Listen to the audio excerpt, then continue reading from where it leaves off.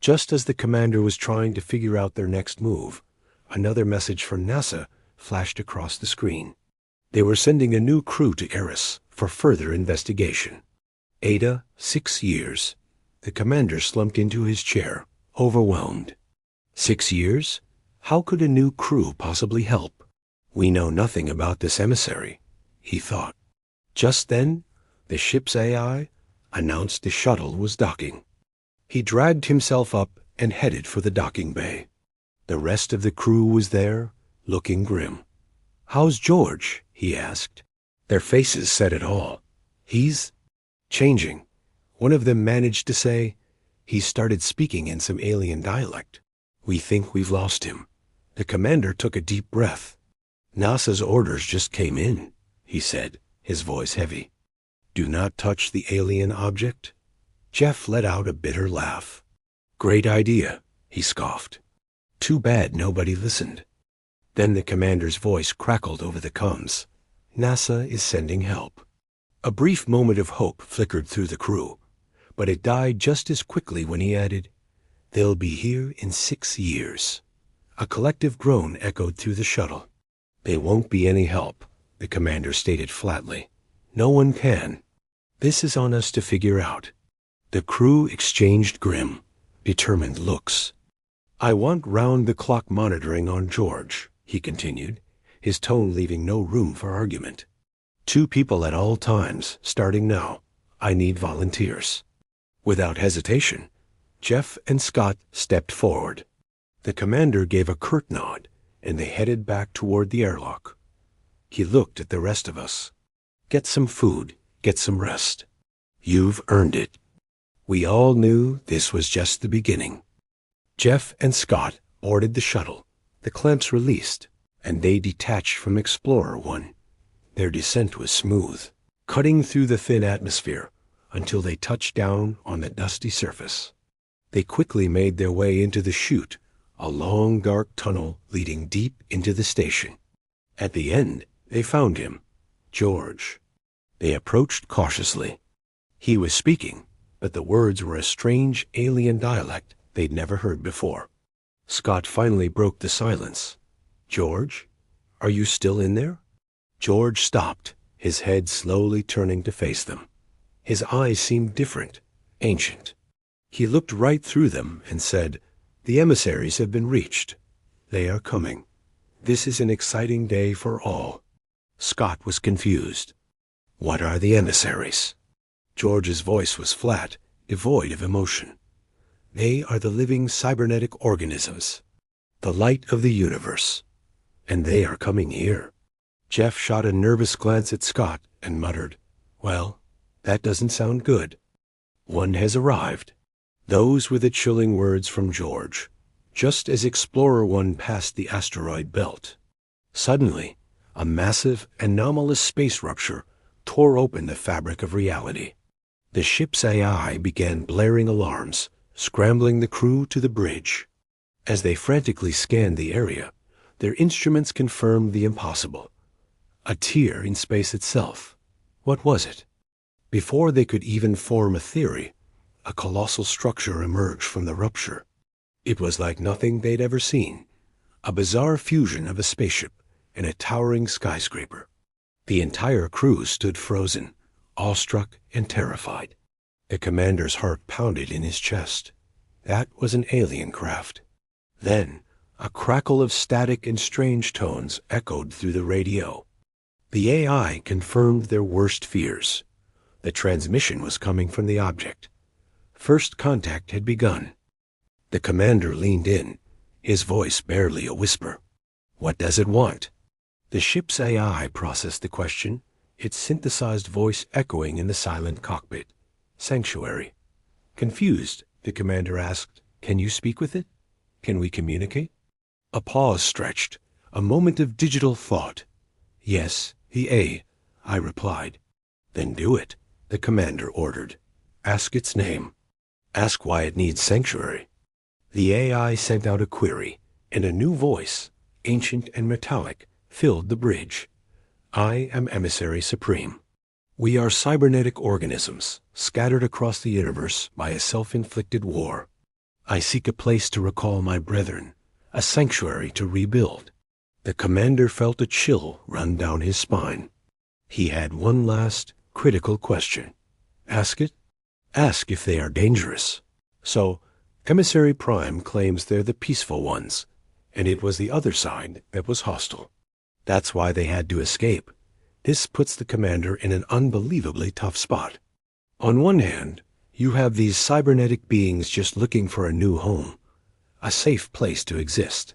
But on the other hand, can you imagine the reaction from NASA and every government on Earth? They would be furious that he'd even consider letting them settle here. So, the commander makes a call. He tells Emissary Prime they can land on Eris for now, just as a temporary measure, while he seeks approval from the world leaders. The ship's AI relays this message, and Emissary Prime's vessel acknowledges, beginning its gentle descent onto the dwarf planet's surface. With that underway, the commander turns to his AI and says, "Send a priority message to NASA." The AI finished compiling the report and sent it off to NASA control. The message read, "Things have gotten even more complicated up here. The object inside the dome isn't just a device. It's an alien life force, a sentient being that powers cybernetic organisms. This life force has contacted its people, and one of them has just arrived. They're refugees, escaping a brutal civil war on their home planet, and they're seeking sanctuary. They hope Eris can be that new home. We need instructions on how to proceed. Awaiting your response." The commander let out a long, shaky breath, the weight of the moment pressing down on him. Across the chamber, the rest of the crew, minus Jeff and Scott, could only stare in stunned silence at the massive metallic alien standing before them. Everything had just changed. The tension was thick enough to cut with a knife. They all knew it. The arrival of this one metallic being was just the beginning.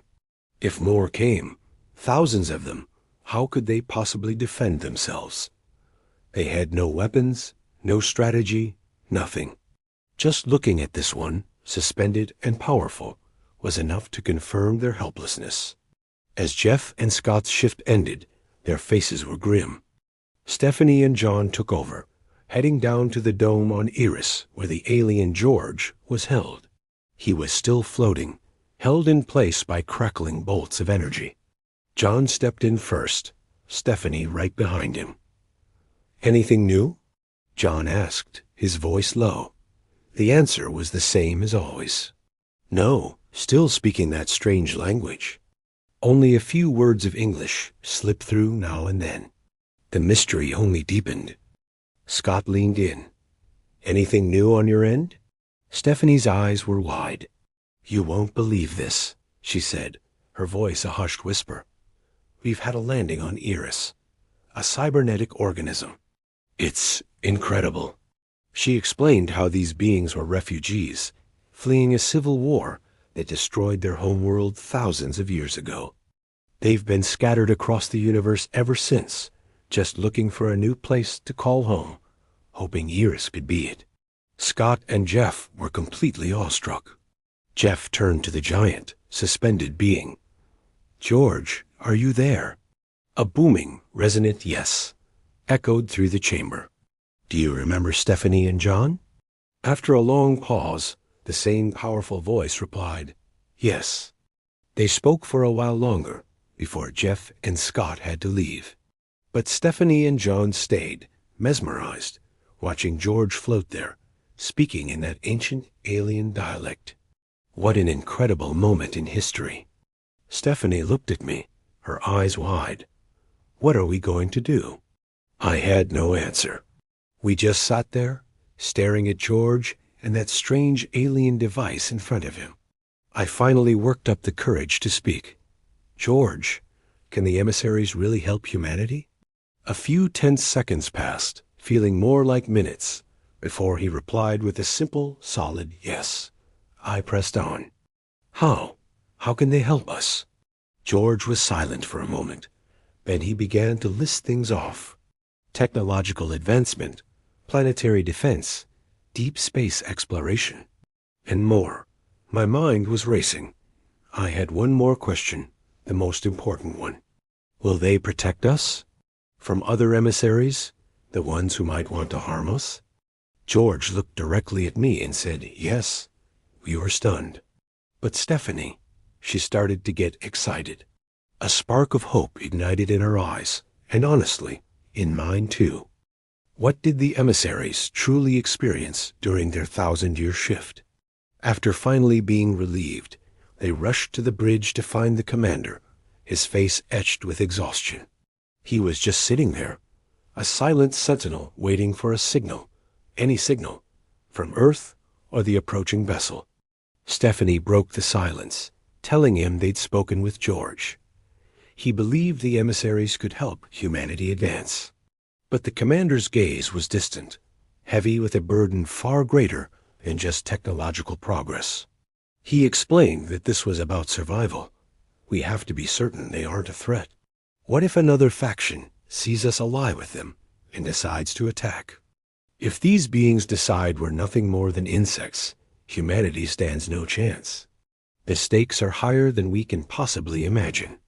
We could throw everything we have at this thing and maybe just scratch or dent it.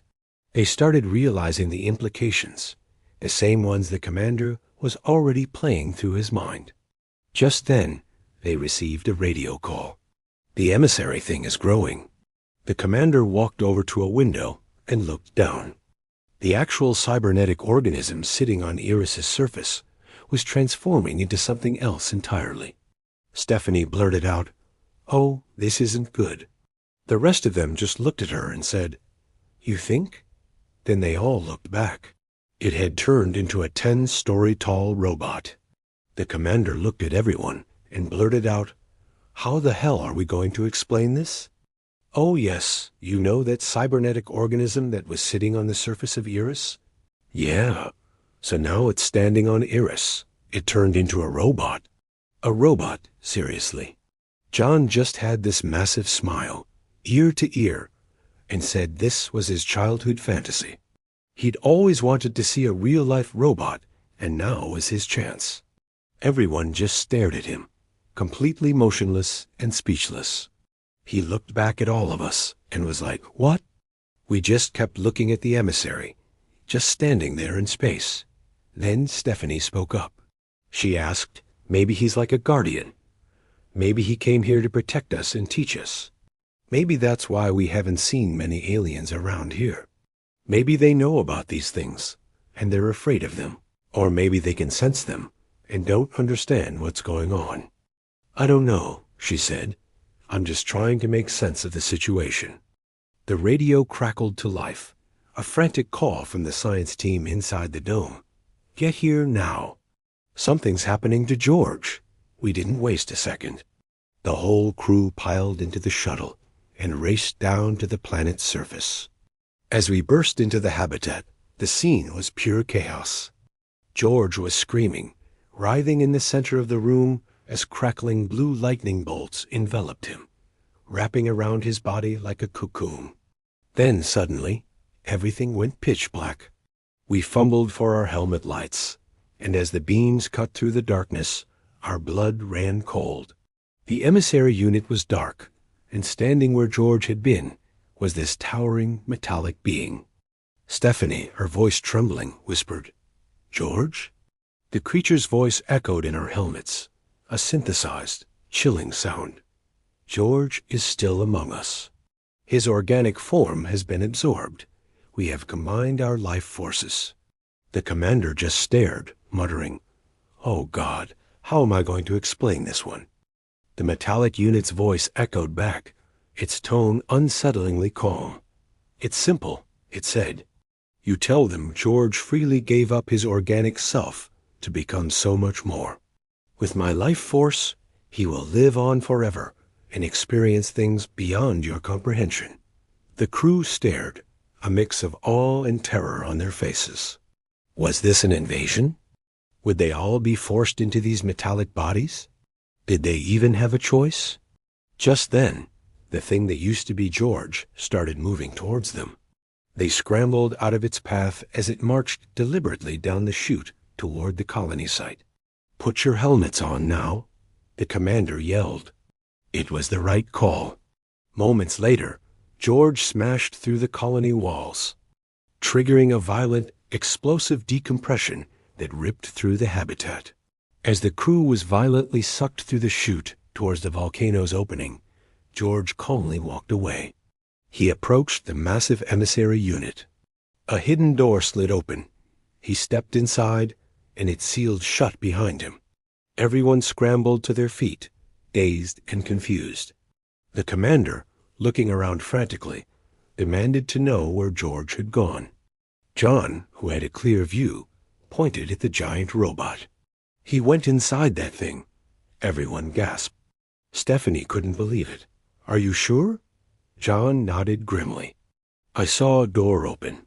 He went in, and it closed. He's in there somewhere. Suddenly, that same booming, metallic voice echoed around them, but this time it said, We are now one. We are now complete. The commander yelled, George, where are you going? From the machine, George's voice, now merged with the robot's, replied, We are going to find more emissary units. Desperate for an answer, the commander yelled, Are you a threat to us? George's voice echoed back, No, we are here to help and guide you. We are emissaries. You have your answer. Just like that, the massive emissary unit lifted silently off the surface of Eris and shot out into the blackness of deep space. Stephanie's voice trembled as she asked, Will you return? Over the comms, the reply came, We will return soon. We have discovered another decommissioned emissary unit. We will reactivate ... quotes. The radio crackled, then went dead. The commander looked at the stunned faces of his crew. Okay, let's gather ourselves. We need to get back up to Explorer 1. Everyone nodded, heading for the shuttle. The colony was destroyed. The mission was a disaster, and they had lost a crew member. What had just happened, and what was coming next? We finally made it back to Explorer 1. My screen lit up, flooded with messages from NASA. I sighed, hitting play. One by one, they all blurred together. Aliens this, George that. Nothing helpful. It doesn't matter now. He's gone. Who knows when, or even if, he'll ever return. As we docked, Stephanie pointed out another rocket moored nearby. Commander, what about the colony's supplies? She asked. I just shook my head. I don't know, Steph. The colony's destroyed. The mission's a bust. 12 years to get here. 1 year on this rock, just to watch it all go sideways. We're a man down, and who knows how many of those things are still out there. We have no choice but to head home and wait. We'll just have to wait and see. Thanks for watching. Phantom Static, where the phantoms speak through the static.